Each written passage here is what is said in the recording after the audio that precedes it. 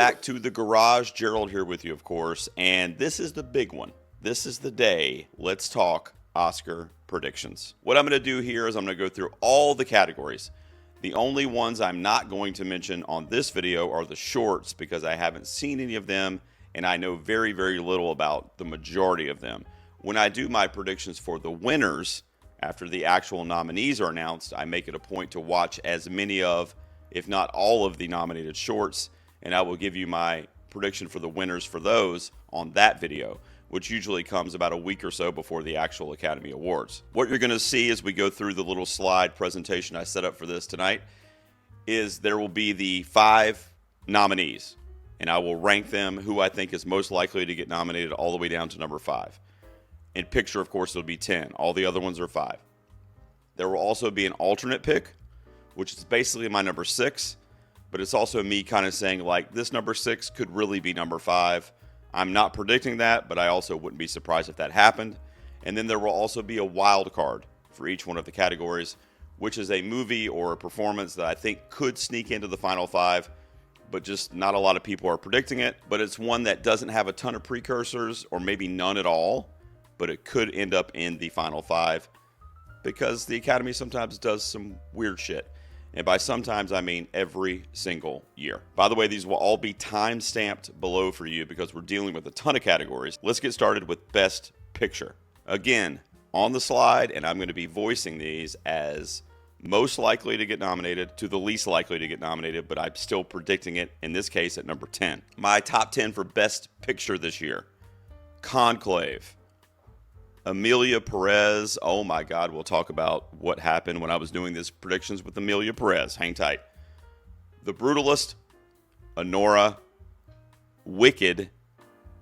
A Complete Unknown. The Substance. Dune Part 2 comes in at my number 8.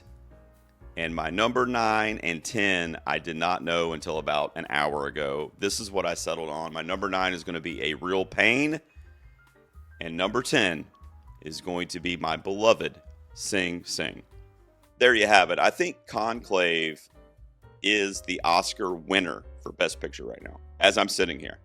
That's why I put it at number 1 of my predictions for nominations as well. I think it is the most Academy-friendly movie of this bunch. Not only that, it has the farthest reach in terms of the top-down voting, because Conclave is a film that everybody is at a minimum average on, or it seems that way. I haven't heard anybody vigorously hating on Conclave. And then you look at my number 2, which would be Emilia Perez in this case.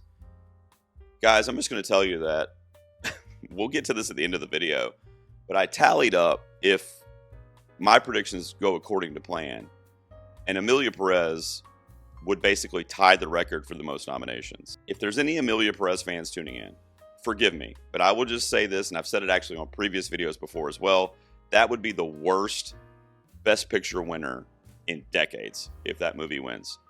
It is not good. The songs are not good with the exception of 1, maybe 2. Zoe Saldana, Gaston, great performances, but the movie is a train wreck. It's not authentic to the heritage of the people that it's portraying. It's not really sensitive to the trans community. It is borderline offensive in that respect, at least in my opinion.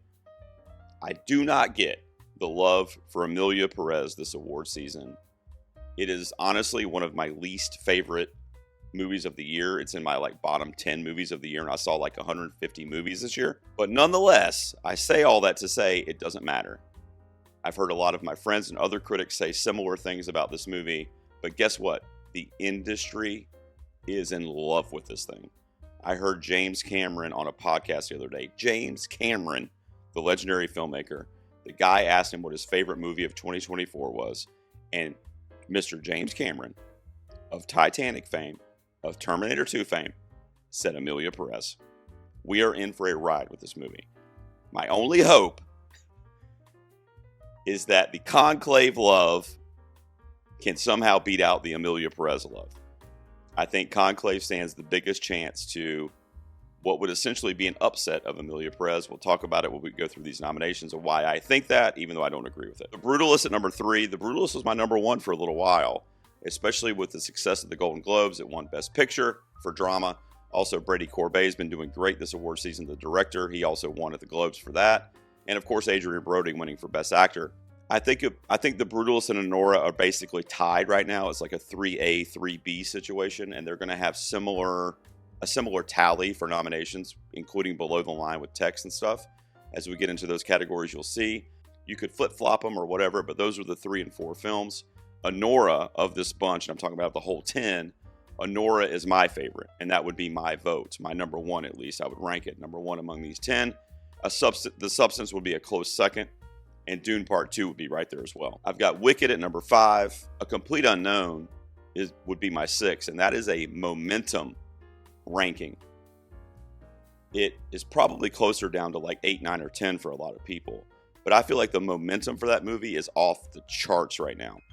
Timothée Chalamet has a lot to do with that. He's obviously the face of this movie, playing Bob Dylan in the movie. He's everywhere. He's going to every premiere, and I'm talking about around the world. I just saw on Twitter today that he has plans next week to go to Japan for the Japanese premiere. He was in London for the premiere there last week, and he rode his bicycle to the premiere, which went viral. He's hosting SNL next week as the musical guest and the host. The guy's everywhere. He is carrying the flag for this film. And not only that, the movie's been getting a lot of mentions in the guilds and in the precursors. James Mangold just got the DGA mention, which is huge, and we'll talk about that in a moment as well. It makes me so happy to say that I am predicting The Substance to be nominated for Best Picture this year. I've got it at number 7 right now. It's a horror movie, and not only that, it's a gross, just bonkers body horror film that even 5 years ago, the Academy would have never touched with a 10-foot pole. Is nowhere near the kind of movie that they normally nominate for anything, let alone Best Picture. I don't even think there's been a horror movie with this level of vulgarity and violence and just gnarly effects as The Substance. This is a whole new ball game that they even nominated this movie.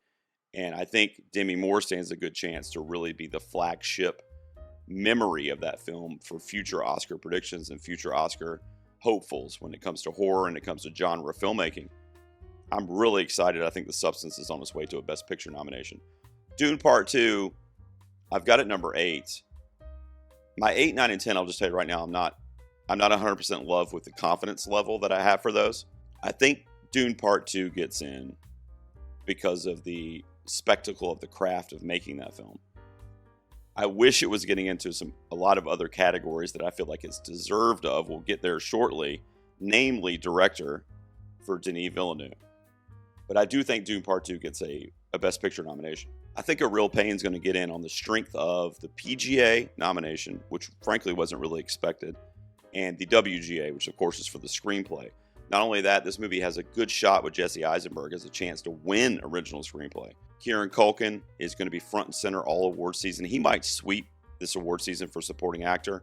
So he's going to be representing this movie for the next couple months. You're going to see him at every single award show. Not only will you see him there, he'll be on stage.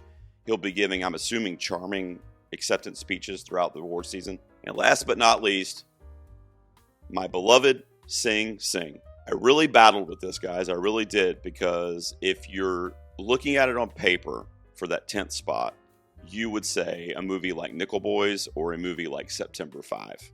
However, taking out September 5 and putting in Sing Sing for me, that makes this not the PGA 10. If September 5 was in this lineup that you see on the screen, that's the PGA 10. And there's only 1 year, I think, there's been only 1 year, it doesn't happen very often, that the PGA 10 matched the Best Picture 10 for the Oscars. I think last year was actually when that happened. So it's extremely rare, so I couldn't bring myself to essentially fill this out as the PGA 10. I feel like something's going to miss. And September 5, although it did get a Golden Globe nomination for drama, and it's a movie about production, about directors, it's TV, but it's the craft of kind of getting things done in the industry. I just can't see a world where Coleman Domingo is the only nomination for Sing Sing. I don't want to live in that world, frankly. But I just can't imagine that the Academy is going to blank this thing. I mean, we know Coleman's getting in for lead actor, but other than that, I can't see them blanking this thing. I think it's going to get a few nominations on Thursday morning that it's been missing consistently throughout the guilds. I can't really give you a definitive scientific answer as to why I think that. I just think, similarly to what I said about Conclave, that this is a very Oscar-friendly movie that the Academy is going to love. It has been getting some shout-outs from celebrities lately on Twitter and doing various screenings for the movie. I saw Rita Moreno said something about it the other day as one of her favorite films of the year. So there is some buzz. They re-released it in cinemas this week. They're screening it for federal prisons and inmates across the country. So it's in the news. It's in, it's been in the discussion the last couple of weeks leading up to voting ending on Sunday. So again, I'm not like over the moon confident about it, but I'm going to put Sing Sing in at my 10 because even if it misses, which is very likely, I'll be able to say, I was here for you guys. Now the problem is because of the Best Picture nod that I'm giving it here, I also had to go out on a limb in a couple of other categories that it could also miss, because Sing Sing is going to be a movie that's either going to show up on Thursday and it's going to get anywhere from like 2 to 5 nominations, or it's just not going to get anything except Coleman Domingo. It's going to literally be one of those two things. So I'm banking on it showing up, and I'm banking on the Academy ending the award season with a bang for this movie and making up for some of the sins of the other guilds.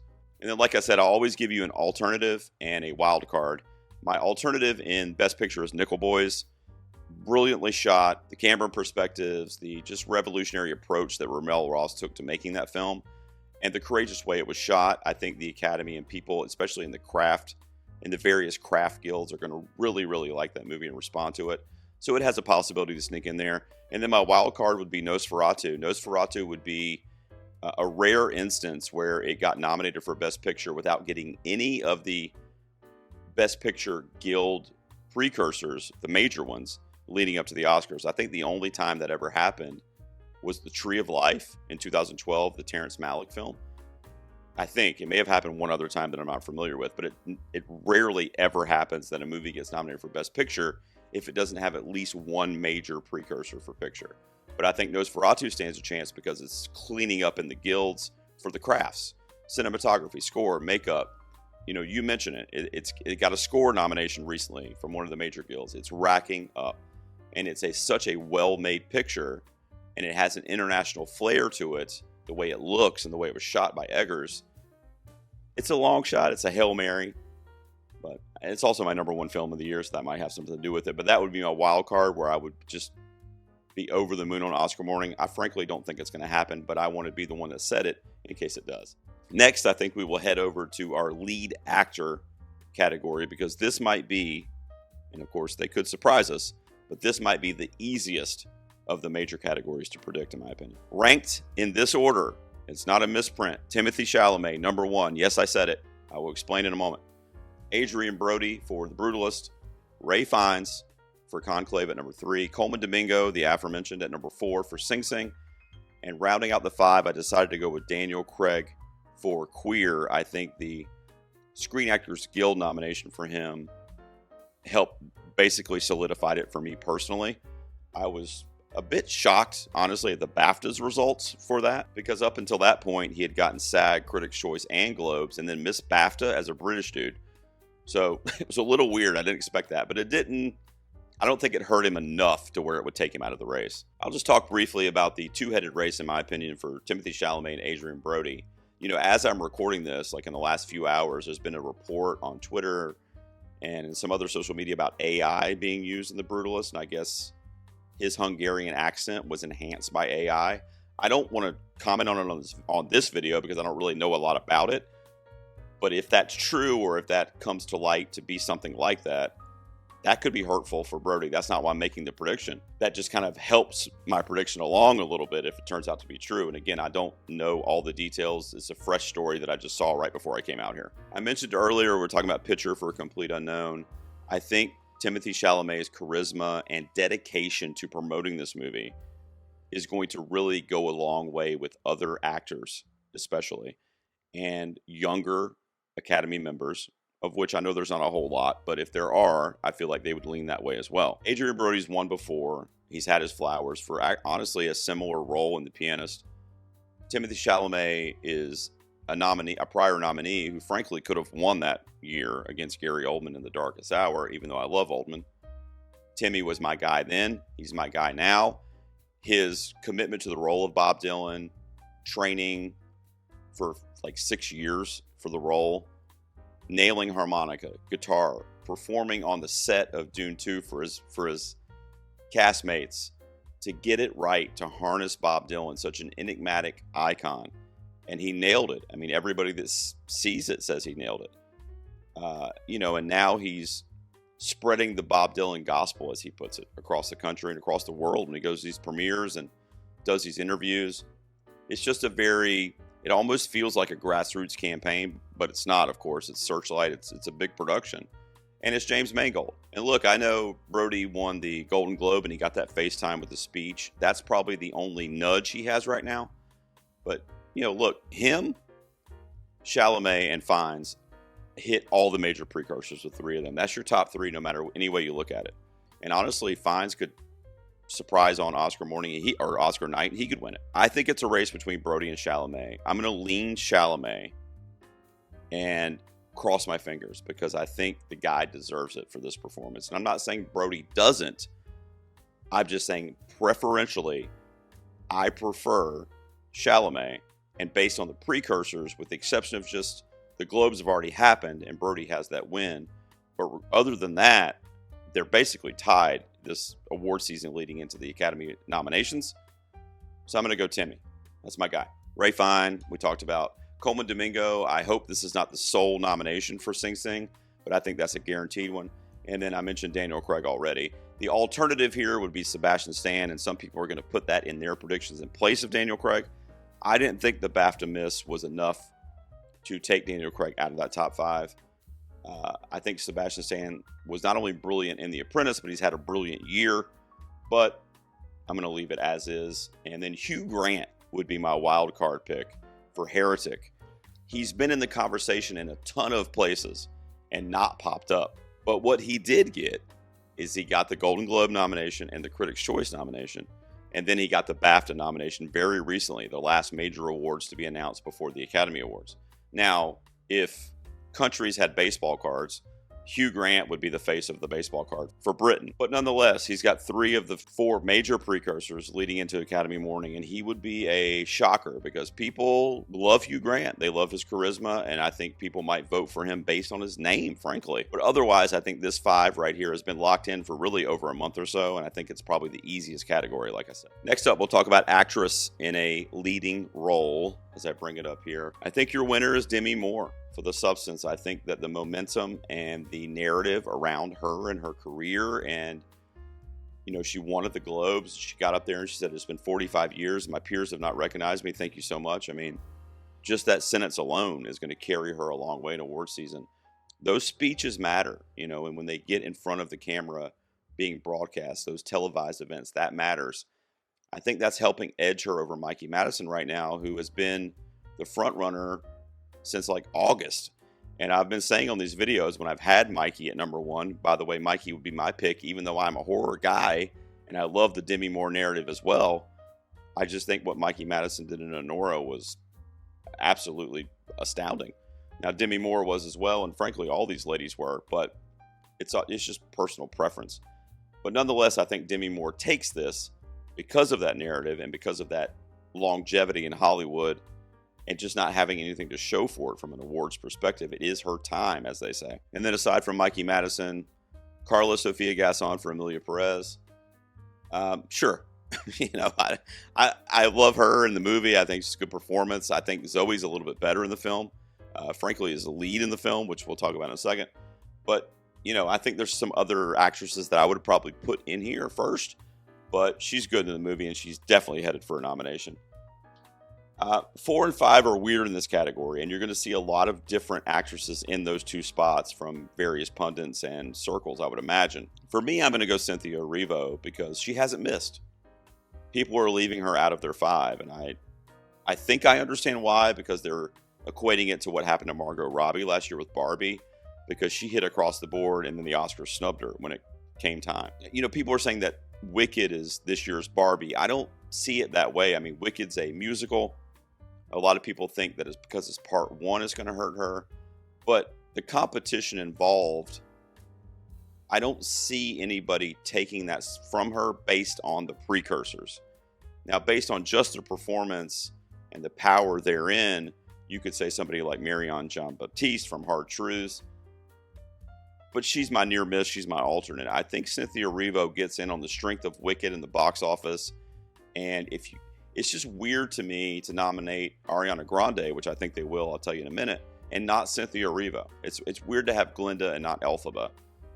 I feel like you don't have either or you have both. And I think they're going to have both. So I'm leaving Erivo in. I could be wrong. I get the Barbie analogy, and I'm not even saying I disagree with it. I just don't know if that lightning is going to strike twice. So I'm going to leave Erivo there because she has not missed all award season from a nomination perspective. So I don't know why she would now. Those bodies share a lot of members. And then for my number 5 spot, which is literally a toss-up, but I'm going to go with Fernanda Torres because I also read a stat that the Golden Globe drama winner, which she won the Globe for drama for I'm Still Here, the winner of that award has only missed a nomination at the Academy Awards once, which is insane to me. And like, I don't even know, 40 something years. So that's a crazy stat. So I don't know how I can go against the Golden Globe winner and lead actress. Now there's other actresses that you can make an argument for, but I'm not going to go against that stat. And not only that, I love Fernanda Torres in this movie. When I did my video of my favorite performances of the year, she was in my top 5 performances. Just an absolutely breathtaking performance, motherhood, gut-wrenching, and just the whole thing. You can hear me talk about her on other videos if you'd like, but I think she sneaks in there at the 5th spot on the strength of her Globe win and on the strength of the international influence in the members. For my alternate, I mentioned Jean-Baptiste for Hard Truths. I could see that happening. She could be in there for Torres or frankly for Erivo. They could be swapped out. I'm not predicting it, but if it happens, I wouldn't be blown away, shocked by it. And then my wild card would be Pamela Anderson. We're going to talk about her co-star, Jamie Lee Curtis, here in a second. But I think the campaigning for that movie that Jamie Lee's been doing and just the independent kind of nature and like Andrea Riseborough feeling of it all could bring up some wild shit on Oscars nominations morning. And we could hear somebody say Pamela Anderson for lead actress. I'm obviously not predicting it, but it would be one of those jaw on the floor moments that I could kind of see from a very, very far distance and then be like, oh, it happened. So keep your eyes open for that. But I think this is your 5 with Demi Moore walking away with it on Oscars night. And when we get to the text and stuff, I'll go through these much quicker. Don't worry. We'll get through the top of the lines first. For supporting actor, Kieran Culkin, I think, and I wasn't really ready to admit this until like 2 weeks ago, but I think Kieran Culkin is going to sweep this season. My ranking is Culkin at 1, Guy Pearce at 2, Edward Norton would be 3 for A Complete Unknown, Yuri Borisov from Anora would be my number 4, and Clarence Macklin for Sing Sing, You're Damn Right is my number 5. Need I explain? All right, look, I do need to explain because these are supposed to be real predictions, and Clarence Macklin has been missing. I admit it. I had him at my number 1 for literally like 2 months, and he kept missing. And when he missed the SAG, the Screen Actors Guild, which by the way, I literally can't believe it. That was when I said, okay, I give up. You know, I don't think he's going to win. And frankly, I don't think he's even going to get nominated. The BAFTAs brought him back to life last week. They did the thing clear, and they resuscitated my boy. So he's back in the conversation. Not only that, I mentioned Sing Sing's in the conversation as of late. A24 messed that whole thing up. I'm just going to tell you right now. I don't work for a movie studio, but if I did, figure that out. They should have released it wider. They should have been pushing it a little bit more. And they just didn't. And I don't know why, because it's such an Oscar-friendly movie, as I said. But I'm putting Clarence Macklin in at the 5 over somebody like Jeremy Strong because of the current momentum. He was basically vanished into thin air until the last week, which, was post the wildfires in LA, but it was before the voting ended.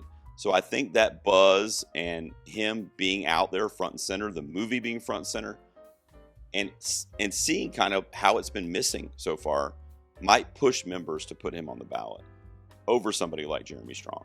So I'm hopeful. And I mentioned earlier that when it comes to Sing Sing, with the exception of Coleman Domingo, none of the mentions I'm going to give it tonight are guaranteed. They're all kind of like hopeful hunch picks that I hope pan out, but they could be all risk, no reward. I mean, we'll see. But I'm going to put Clarence Macklin at my 5, frankly, because I think he deserves it. The alternate would be Jeremy Strong. You're going to see him in a lot of people's 5. I'm not saying I'm the only person in the world that's predicting Macklin, but if I had to guess, more people are probably picking Jeremy Strong because of the strength of his nominations throughout the precursors versus Macklin, who really only has the 1. And then Denzel Washington has also kind of been forgotten about. I mean, he started out strong because he had the Globe nomination, he had the Critics' Choice nomination, and then crickets. I mean, the SAG loves him. They nominated him for like commercials he's in, and they didn't even give him a nomination. And then, of course, he missed BAFTA. And it was just surprising. So Gladiator 2 has kind of fallen off the map in the awards discussion, but it's Denzel. So he's a multiple nominee. He's a previous winner. They love him, you know, and he's an elder actor that's one of the statesmen of Hollywood and carrying the torch for the industry. So it's never out of the question when he's in an Oscar conversation movie. And I think because that exists and because that's a thing right now, it is possible. But he's a wild card, and it would be surprising if he did sneak in there. It would most likely be for my boy Clarence Macklin. Man, talk about things getting shaken up. We're going to go to our next to last category for top of the line, actress in a supporting role. My rankings going into Thursday morning are Zoe Saldana for Emilia Perez at number 1. Still, I haven't moved her. Ariana Grande at number 2 for Wicked. I also have not moved her. But then after that, holy shit, buckle up. Number 3, I currently have Jamie Lee Curtis for The Last Showgirl at number 3. I'll talk about it in a second. Isabella Rossellini for Conclave. And yes, rounding out my top 5 is Monica Barbaro for A Complete Unknown. Look, guys, I got to take some swings with these predictions. I don't like being cookie cutter basic, which is what happened last year with Oppenheimer and the whole thing. I mean, everything was kind of like, we know this is going to happen. This year is exciting because we really don't know, and there's multiple scenarios that could occur. In my mind, for supporting actress, I have a scenario where Monica Barbaro is going to be on the coattails of the A Complete Unknown momentum that I spoke of earlier, of just the charm of that production and everybody involved with it. I think she sneaks in, and I also think that Felicity Jones has been missing enough precursors leading up to the Oscars to have me take pause, because I had Felicity Jones in my 5 for literally ever until like a week ago. And I think it's going to be somebody else. I don't think it's going to be Felicity Jones. Will it be Monica Barbaro? I don't know. But I just think Jones is going to miss. I just don't feel the passion for that performance. The Jamie Lee Curtis thing, she's a genius. I mean, she's been campaigning in Hollywood to her friends and neighbors and people in the industry that she's worked with for decades. And not only that, she's campaigning for the movie and for Pamela Anderson. She's making people aware that it exists. And it's in the conversation now, really because of her and because of her kind of, you know, unsolicited promotion of it. Not only that, she's out there during the tragic wildfires and helping with the cause there, and she's in the spotlight, which means the movie's in the spotlight. I think she's in. I think, and that's crazy because I didn't even have her in my like top 20, not anywhere close to my nominees until like 2 weeks ago. And now to have her at number 3 is just wild to me. I'm not saying I agree with it, because frankly I don't, because we got somebody like Margaret Qualley on the outside. But it is what it is. I think it's going to happen. I don't think anybody can beat the top 2 here. Zoe Saldana, Ariana Grande. I'm talking about all award season. The Academy Award for this is going to go to Zoe, I think, because of the strength of Emilia Perez as a picture.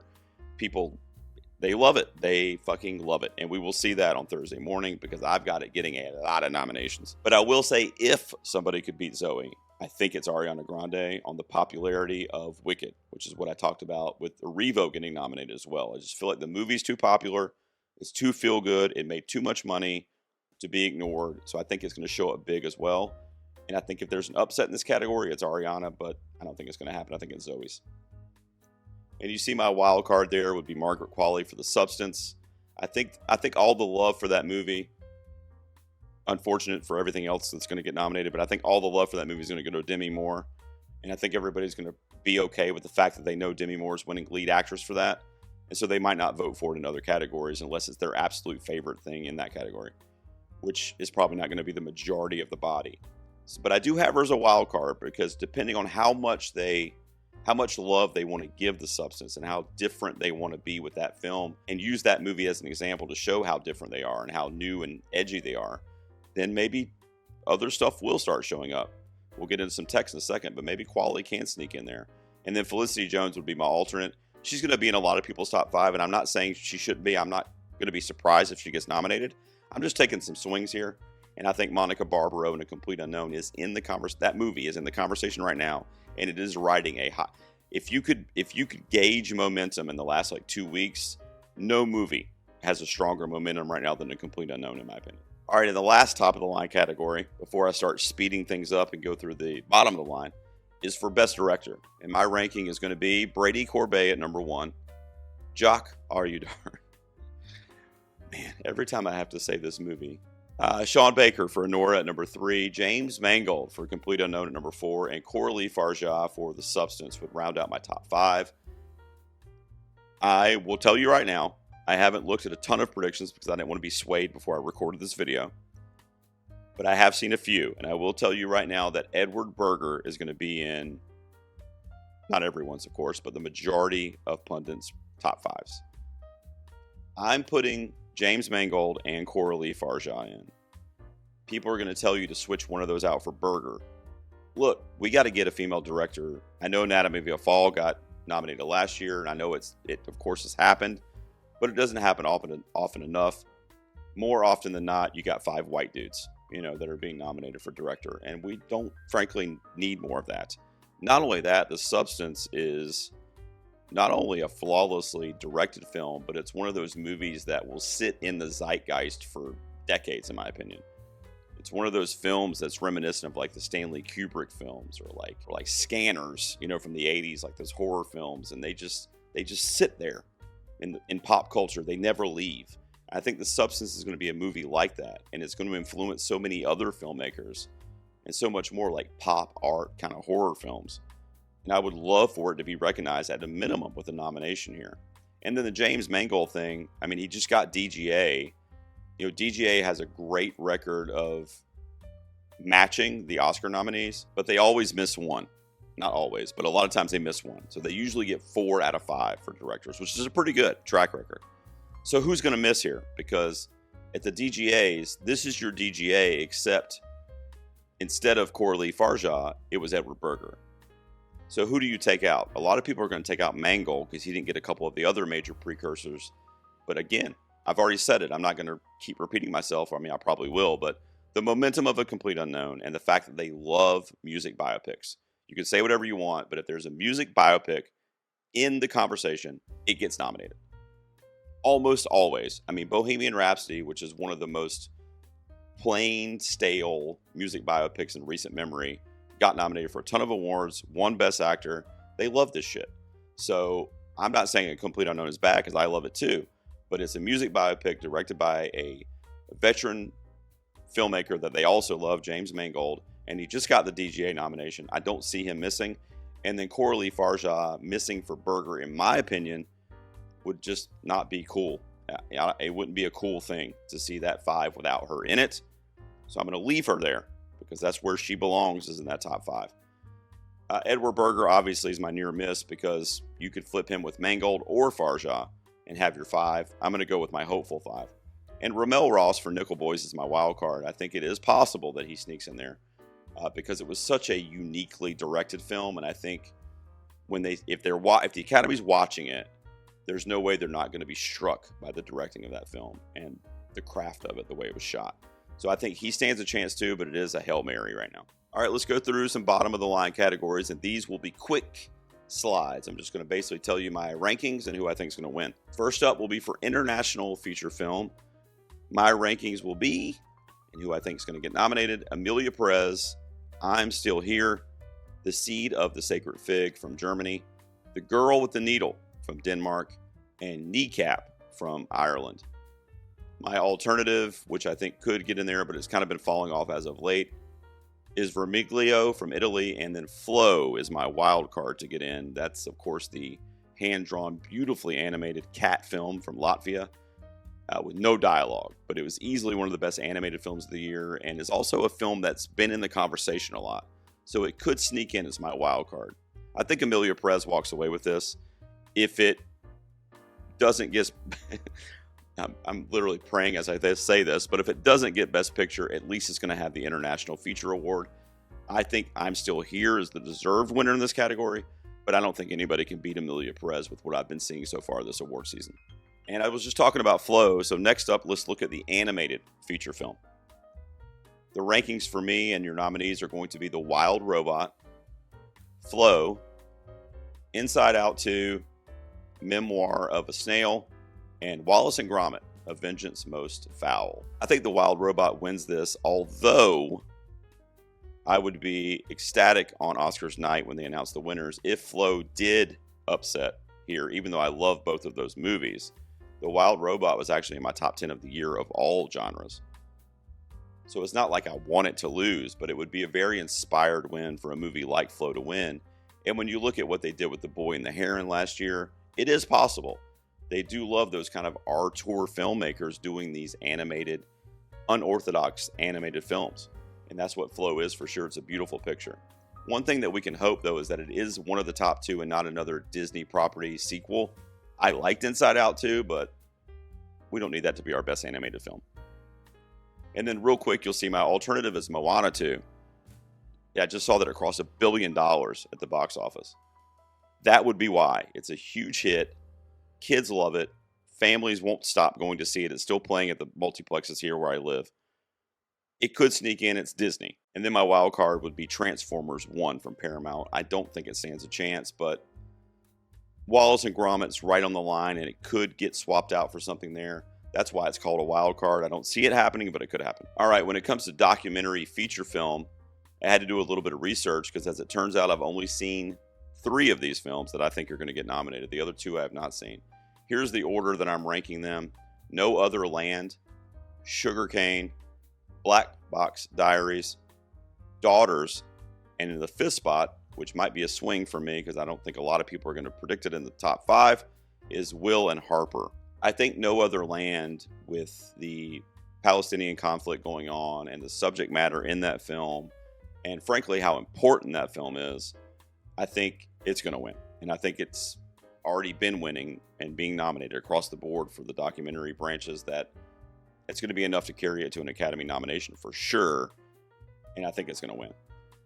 When it comes to Will and Harper in my 5th spot, there's going to be some other ones in there from other pundits. I just hope that, I'm going to say this as sensitively as I can, I just hope that Emilia Perez is not the only trans representation we get on Oscars morning. A movie like Will and Harper is real life. Harper Steele is a real trans woman. And it's a story about her adjusting with her new self to society via her lifelong friend who has always known her as a man and is now trying to figure that out as well. It's a beautiful story of friendship, and it's a road trip movie. It makes you feel good. It makes you cry. I think the Academy will connect with it, especially being that it's a U.S. film, so the U.S. body is definitely going to connect with it. I'm leaving it in there. I love Will and Harper. It's one of my favorites of the year. The alternative would be Soundtrack to a Coup d'etat from Belgium, and then Dahomey from France would be my wild card pick. That one was in my top 5 for a while. I haven't seen that one, but I knew it was lingering around in a lot of people's predictions forever, and then it started missing, and it's been slowly kind of dropping down the charts. But I know it's a well-known documentary, and sometimes the titles of these movies will get people too, if they haven't seen them all. Same thing with the shorts and that kind of thing. If you don't see them, you kind of like, oh, that's a cool title, and you vote for it. So we'll see. I think it's a long shot. But the Will and Harper thing is the one that I'm worried about in this category, but I'm hopeful that it gets in. All right, what I'm looking at next is film editing. And my rankings and nominees are going to be Anora, Conclave, Emilia Perez, Dune Part 2, and The Substance. I want challengers in this category, but I think it is edited so frantically and so beautifully, but it just has not been getting the love that it should be getting precursor-wise to get there. I do have it as a wild card. And then I have Brutalist right outside as an alternate. If the Brutalist were to get in, it would most likely get in for The Substance or Dune Part 2. They're all they're all great. I mean, they're all edited beautifully. So I think Anora wins this, which is going to help it in the Best Picture race, even though I think it still might come up short there. The editing Oscar always helps when it comes to the Best Picture kind of build up on the night. So if anything, on Oscars night, if Anora wins for editing and Emilia Perez wins for, something else, and Conclave wins for something, then it's gonna be exciting leading up to Best Picture. And I think that might be what we're in for, because there's a lot of movies that are really playing on the same field this year. But I think Anora wins this. All right, now when it comes to costume design, my ranking for the nominees is going to be Wicked, Nosferatu, Dune Part 2, Conclave, and A Complete Unknown would round out the 5. My alternate for this category would be Maria, and the wild card would be Gladiator 2. Gladiator 2 should be in this 5 pretty easily, but it missed so many precursors that it was expected to get into. It has won some as well, or been nominated for some as well. I understand that. It was expected to be like all of them pre-Oscars, and it wasn't. They missed a lot of the ones that they frankly should have gotten. So I'm worried that the industry or that Hollywood is kind of forgetting about Gladiator 2, and they didn't like it necessarily. I wasn't a huge fan of it either, which kind of maybe leans my bias a little bit. But that's why it's a wild card and not in my 5, is because it seems to be like they don't want it to be nominated. The first one was an Oscar, as an Oscar legend. This one didn't live up to that, and I think they can probably kind of see that. Maria would be my alternate. Maria, I didn't mention Angelina Jolie on the actress. I don't even have her in this top 7 now, which is basically what I'm giving you on these videos. But Maria does stand a chance in a couple of these bottom of the line categories. Costume design is a big one. Beautifully, Pablo Larraín in general in his movies just really captures that period piece filmmaking. So that could sneak in there for A Complete Unknown, frankly, it probably should, honestly, if you're looking at it from like classical costumes, because A Complete Unknown's in the 1960s, which is also something you have to recreate, don't get me wrong. But I'm going on the momentum of A Complete Unknown, like I've said. I have it being nominated for a lot of stuff on Thursday. I think this is another one that it's going to get in there for. If it didn't, it would probably be Maria. That old saying that in the Oscars leading up to the big awards, that the Best Picture winner a lot of times will have that editing award that we talked about earlier. I gave it to Anora, and it'll have costumes and it'll have makeup. Those 3 really, right? Well, Anora is not in this category for makeup. Again, that's why it's going to make it really exciting if Anora did win that category for editing, because it's not even going to be eligible for this one. Most likely. Here's what I've got. For makeup and hairstyling, I've got The Substance, Nosferatu, finally getting a mention here, Wicked, Emilia Perez, and A Different Man. When it comes to the makeup portion, I think The Substance, Nosferatu, and A Different Man are obvious because of the prosthetics involved and the different suits and makeup they had to do to these characters. In A Different Man, that's Sebastian Stan as a lookalike Adam Pearson, basically, which I didn't even know when I saw it, which is quite phenomenal. And then makeup and hairstyling almost equally a spectacle in Wicked, so I can obviously see the nomination there. Emilia Perez is going to get nominated for everything. I don't know what to tell you. I don't know that I see it as one of the best makeup and hairstyle movies of the year, but I'm not on the Academy. The alternative here would be Beetlejuice. If it does get in, which I would love, because I love Tim Burton, I love Beetlejuice, I love Michael Keaton, I would hope that it would switch out with Emilia Perez, but it would probably be for like A Different Man or even maybe Nosferatu, which would really piss me off, but that's where we're heading. And then I had to do a wild card for a movie called Waltzing with Brando, which I haven't seen, but I watched the trailer, and man, they turned Billy Zane into Marlon Brando. Watch that trailer if you get a chance. He talks just like him. I heard the movie's a pile of crap, but I love what they did with the makeup in that film. I've got The Substance winning this. Sue's New Year's Eve bash, that's all I need to say for anybody who's seen it. Will it win? Because look at my top 5. I've got 2 horror movies as the top 2 in this category. Honestly, it'll probably be something like Wicked. But I'm the horror guy. I'm going to put horror at the top. I think the substance and the makeup and what was done in that film practically is unrivaled this year. And if it is rivaled, it's from a movie like Nosferatu and what Skarsgård went through in that film. We'll see what they do. Like I said, let's make some new waves, Academy. Production design, I think Wicked is the leader. At number 2, I've got Nosferatu. The Brutalist at number 3. Dune Part 2, which has not been getting a ton of mentions on this video, if you noticed. at number 4, and Conclave would round out my 5 for production design. I think Wicked's going to win this. I mean, it's very similar to the Barbie sets. It's like just this elaborate, magical fantasy world. And, you know, some of it was CG. We'll talk about that in a moment. But I did love the, you know, Munchkin Land stuff and the Emerald City when they find Jeff Goldblum. And I mean, it's a beautiful, colorful, fantasy-laden world that was created. And I do equate it to Barbie, which, of course, was huge for production design and costumes also. Nosferatu at my 2. I've got it battling for the makeup award and for the production design award. I think those are 2 of the areas that we could get Robert Eggers and that film an Academy Award, and I hope it happens. Right now, I think Wicked nudges it out based on the name alone, but, you know, what can I say? And then you see my alternate would be A Complete Unknown. Beautiful production design, recreating the folk festivals that they played in the 1960s, and I saw a behind-the-scenes thing where Mangold and his crew, like, literally had extras there sitting in the same spots that they were in the footage from the concerts. And, you know, it's just the authenticity and the detail was astounding. And then we're talking about Gladiator 2 again, another one that it should be in. If you look at the movie, you go, at production design, that's crazy. They basically built a city. They basically built like a mini Rome. But I don't think it's getting in. I don't think they liked it. I don't think Hollywood liked it. I don't think the industry likes it. It's been missing across the board everywhere, with the exception of a few here and there. So I've got it as a wild card right now in case I'm wrong about their love for the film.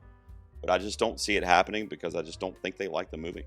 I think Wicked wins this, but Nosferatu is who I'm pulling for. All right, now we'll get into some music categories. We've got a few to touch on here. First up would be original score. My ranking in the nominees are going to be The Brutalist, Conclave, Amelia Perez, Challengers at number 4, and The Wild Robot would round out the top 5. There you see my alternate would be Nosferatu, getting some love for original score late in the game in the precursors, which I think might ride some momentum for it, but I do have it right outside the top 5 right now. And then Wicked would be in the mix as a wild card because, again, depending on how much they're going to have love for Wicked, how much love. If it's like, holy shit, they really love this thing, then it's going to start getting those nominations that we thought were near misses too, one of which would be original score. I want to touch on the Challengers thing real quick. I put it in there because it is different. It's different. Look at these. One is not like the other. It is a very, like, it's almost like rave music, right? It's very high energy, very anxiety ridden, and it is a character in that film. Challengers is going to get possibly 0 mentions on Academy Morning, but if it does, I hope it's for original score. I mentioned earlier that it should be in for editing also, and it's most likely not going to be. The Reznor-Ross score is phenomenal, and it matches the tone of that movie perfectly. I think The Brutalist wins this. I think it's the most Oscar-y type of score that we're getting this year. Bah, bah, bah. And it's great. It's a great score from Bloomberg. Don't get me wrong. But they didn't get Babylon last year. Like, let's don't mess this up, guys. Let's get a nomination for Reznor-Ross for Challengers. That's what I'm going with. Crossing my fingers. All right, original song. I think this is probably an easy one, too. Pretty easy to predict, at least the winners. El Mal and Mi Camino are 1 and 2 from Amelia Perez. Kiss the Sky from The Wild Robot. The Journey. It's Diane Warren. Man, I read if she gets nominated, this will be her 15th Oscar nomination, spanning like 4 decades. And she's never won. She's not going to win for this. She's not going to win for a song from a Netflix movie that I hadn't even heard of before the song was shortlisted. Stop nominating her for movies that she can't win for. I mean, it's so harsh. Let's get her a win, but I don't think it's going to be for The Journey, which is, I've got it number 4 right now. And then Compress Repress, I just mentioned Challengers. This is another one that it could miss. And if it does, it's probably going to go to Like a Bird from Sing Sing. I've got that as my alternate, which would be great for me too, because that'll help the strength of Sing Sing overall, which I need in my predictions and because I love that movie. Harper and Will Go West, though, is my wild card. The reason being, all these songs you're looking at right here, that's easily the best song. Kristen Wiig is a real-life friend, close friend, of Harper Steele and Will Ferrell in the movie. She wrote a song from the heart for her 2 friends. And I mentioned the score for Challengers earlier. In the same respect, Harper and Will Go West is a character in that film, Will and Harper. Because the whole movie, they're calling back to her writing the song for them. They're calling her on the phone, they're FaceTiming her. And then when we get to the end of the movie and we hear the song, she did write it and it plays over the credits. And frankly, I cried when I heard it. It's a funny song, it's poignant, it's touching. It's the most personal song by a 1,000 miles on this list. Maybe Kiss the Sky from The Wild Robot, which is also a very personal song. But I put it as a wild card because I did an FYC video, and that's one of my biggest FYC hopes is that they give that song its due and at least gets nominated. I don't think it will, but I'm throwing it in there as a wild card. I think El Mal from my dearly beloved Amelia Perez wins this, and that's Zoe Saldana, and that's my favorite, actually the only song, so I can't really say favorite. It's the only song I really liked in that movie, so if something's going to win, sure, El Mal. Next up will be Sound. My ranking and the nominees for Sound will be Dune Part 2, Wicked, Amelia Perez, A Complete Unknown, and a shocker at my number 5, Alien Romulus. I think Dune 2 wins this because Hans Zimmer got shafted with the score. They wouldn't let him compete for original score because they said it had pieces of the first Dune in the score, even though it was completely recomposed. It's a bunch of shit.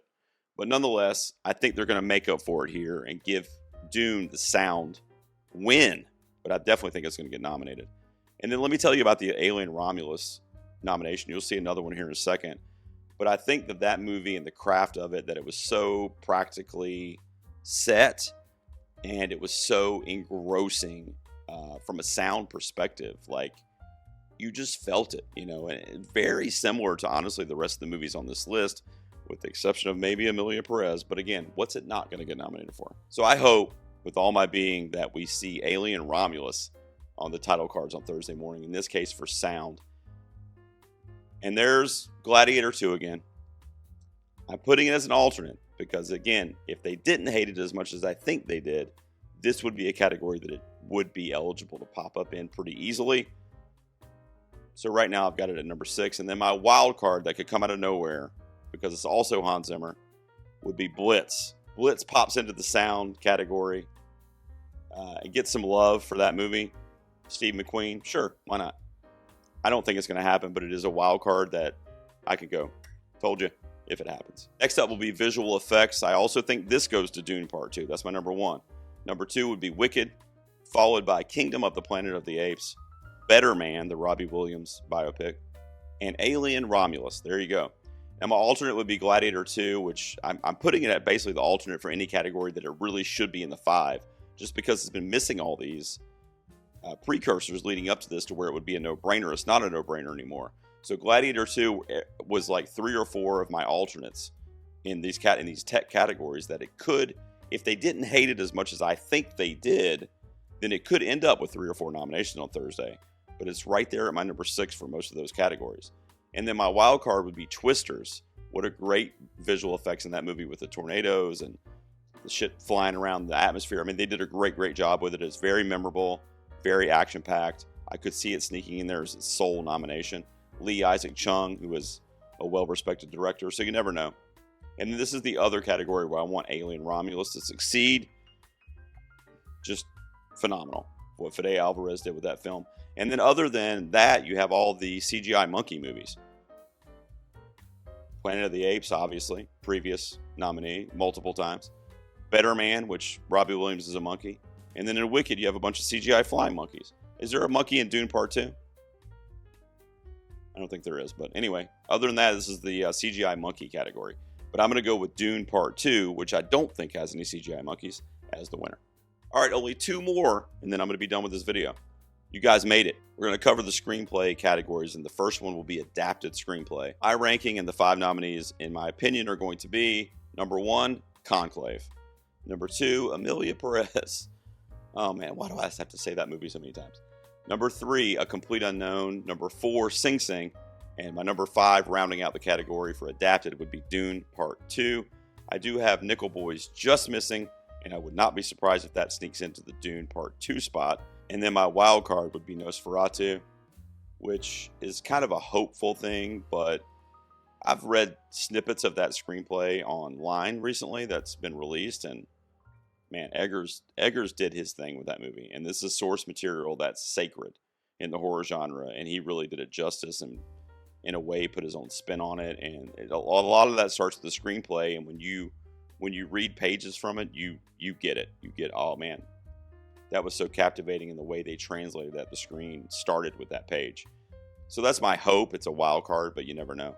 I think Conclave wins this. It's a very wordy film, a lot of dialogue, a lot of rich dialogue, a lot of very interesting characters that bounce off each other, a lot of, conversations with multiple people that are pretty seamless. I think that one wins pretty easily. I know I've got Emilia Perez at 2, and I'm doing that in likelihood of, who would win. But my other one, aside from Conclave, would be Sing Sing, another great screenplay, I think. But Conclave wins this, I believe. And then the last category I'm going to talk about tonight is original screenplay. My rankings for that would be number 1, Anora, number 2, The Brutalist, number 3, The Substance, number 4, A Real Pain, and number 5, I am sneaking it in. Remember I was talking about taking big swings earlier with Monica Barbaro and a couple others?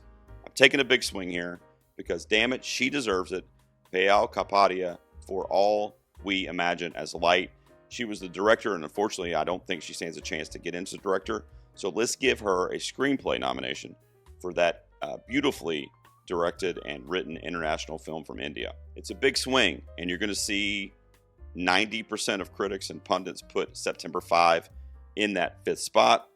I get it. I understand the strength of the precursors for that film. But again, India didn't submit it for international. It's not going to get anything at the Academy. It has been getting stuff in the precursors, but I don't expect it to get anything on Oscars morning. So we can throw it a bone. It's a beautiful movie. It should be in the international lineup because then there might be some competition for Emilia Perez in that lineup. But it's not going to be because of the rules and because it wasn't submitted. So I'm putting it in for original screenplay for Kapadia. I think she deserves it, and I think it would be a way to honor, the movie as a whole and the production, and really not being able to show up anywhere else on Oscars morning. A Real Pain, Jesse Eisenberg, is also a sneaky one to win this. And that's really on the strength of the movie being front and center because of Kieran Culkin. It's in the conversation because every time you turn around, Culkin's being nominated and is probably going to be winning when voting is open. So just watch A Real Pain. That could be a big screenplay player. Right now, I think Sean Baker for Anora gets it. And I think that's, again, going to help Anora's strength in the overall nominations.